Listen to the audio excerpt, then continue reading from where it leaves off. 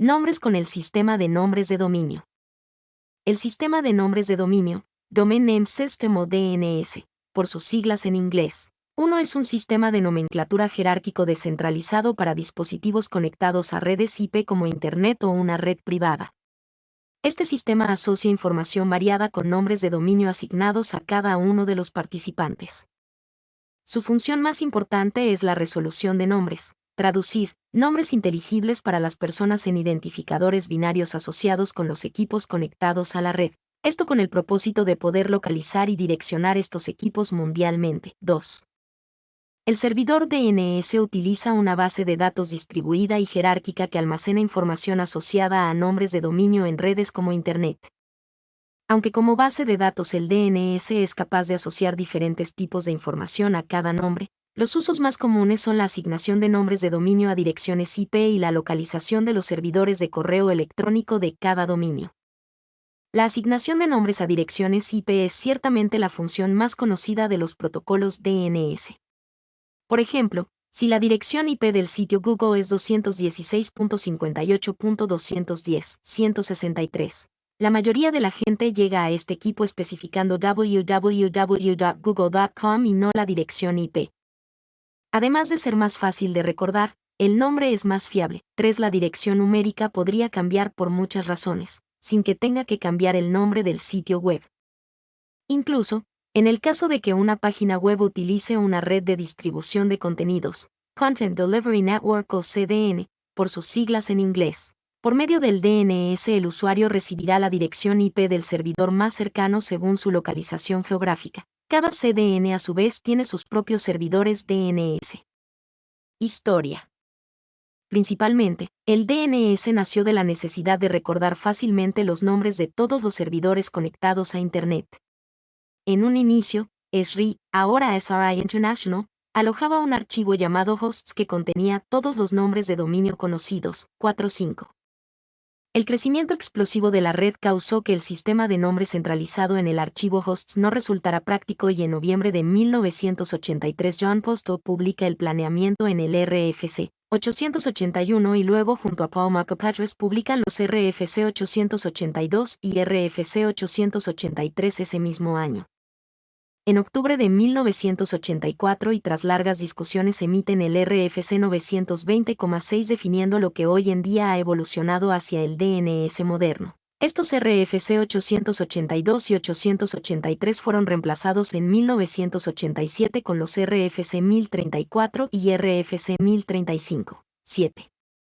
De no existir los servidores DNS, los usuarios tendrían que escribir la dirección IP del sitio web en lugar de escribir la URL de este, lo cual generaría confusiones y la navegación en Internet se tornaría muy complicada para los usuarios. En esta etapa, la mejor forma de proveer continuidad era tener múltiples servidores contestando múltiples consultas. Un servidor era el maestro y los demás eran esclavos. Cada uno de los esclavos debía revisar con el maestro periódicamente que los datos no hubieran cambiado. Unos 10 años después, se hicieron algunos ajustes mayores al protocolo DNS. Esto era una forma más dinámica de mantener los servidores al día, utilizando Notify, en español notificar, y las transferencias incrementals de zona, y XFR. 8. Notify fue un cambio clave. En vez de esperar a que un esclavo revisara, el maestro podía mandar mensajes Notify a los esclavos, instándolos a adquirir los nuevos datos. Por su parte, XFR significó un cambio en la forma en que los datos se comunicaban. Si cambiaba solamente uno de entre cientos de registros, la especificación original enviaría cientos de mensajes. XFR cambió el sistema, permitiendo que solamente se enviasen los registros que cambiaron. 8. La siguiente evolución de DNS vino cuando se definieron cambios dinámicos en RFC 2136. Esto permitió que los administradores de los servidores pudieran hacer cambios en los registros de mejor forma. Más tarde, en el RFC 2671 se definieron mecanismos de extensión de DNS, eDNS, que modernizó aún más el sistema. 8. El interés por expandir los posibles nombres de los dominios para incluir caracteres de otros idiomas se reflejó en los nombres de dominio internacionalizados como fueron definidos en los RFC 5890 y RFC 5891 en 2010. Componentes. Para la operación práctica del sistema DNS se utilizan tres componentes principales. Clientes fase 1. Un programa cliente DNS que se ejecuta en la computadora del usuario y que genera peticiones DNS de resolución de nombres a un servidor DNS. Por ejemplo, ¿qué dirección IP corresponde a nombre? Dominio. Servidores DNS. Que contestan las peticiones de los clientes. Los servidores recursivos tienen la capacidad de reenviar la petición a otro servidor si no disponen de la dirección solicitada. Zonas de autoridad. Es una parte del espacio de nombre de dominio sobre la que es responsable un servidor DNS, que puede tener autoridad sobre varias zonas. Por ejemplo, subdominio wikipedia.org, subdominio com, etc. Entendiendo las partes de un nombre de dominio. Un nombre de dominio usualmente consiste en dos o más partes, técnicamente, etiquetas, separadas por puntos cuando se las escribe en forma de texto. Por ejemplo, www.ejemplo.com o es.wikipedia.org. A la etiqueta ubicada más a la derecha se le llama dominio de nivel superior, en inglés Top Level Domain. Como com, en www.ejemplo.com org, en es.wikipedia.org. Cada etiqueta a la izquierda especifica una subdivisión o subdominio. Nótese que subdominio expresa dependencia relativa, no dependencia absoluta. En teoría, esta subdivisión puede tener hasta 127 niveles, y cada etiqueta puede contener hasta 63 caracteres, pero restringidos a que la longitud total del nombre del dominio no exceda los 255 caracteres, aunque en la práctica los dominios son casi siempre mucho más cortos. Finalmente, la parte más a la izquierda del dominio suele expresar el nombre de la máquina, en inglés hostname. El resto del nombre de dominio simplemente especifica la manera de crear una ruta lógica a la información requerida.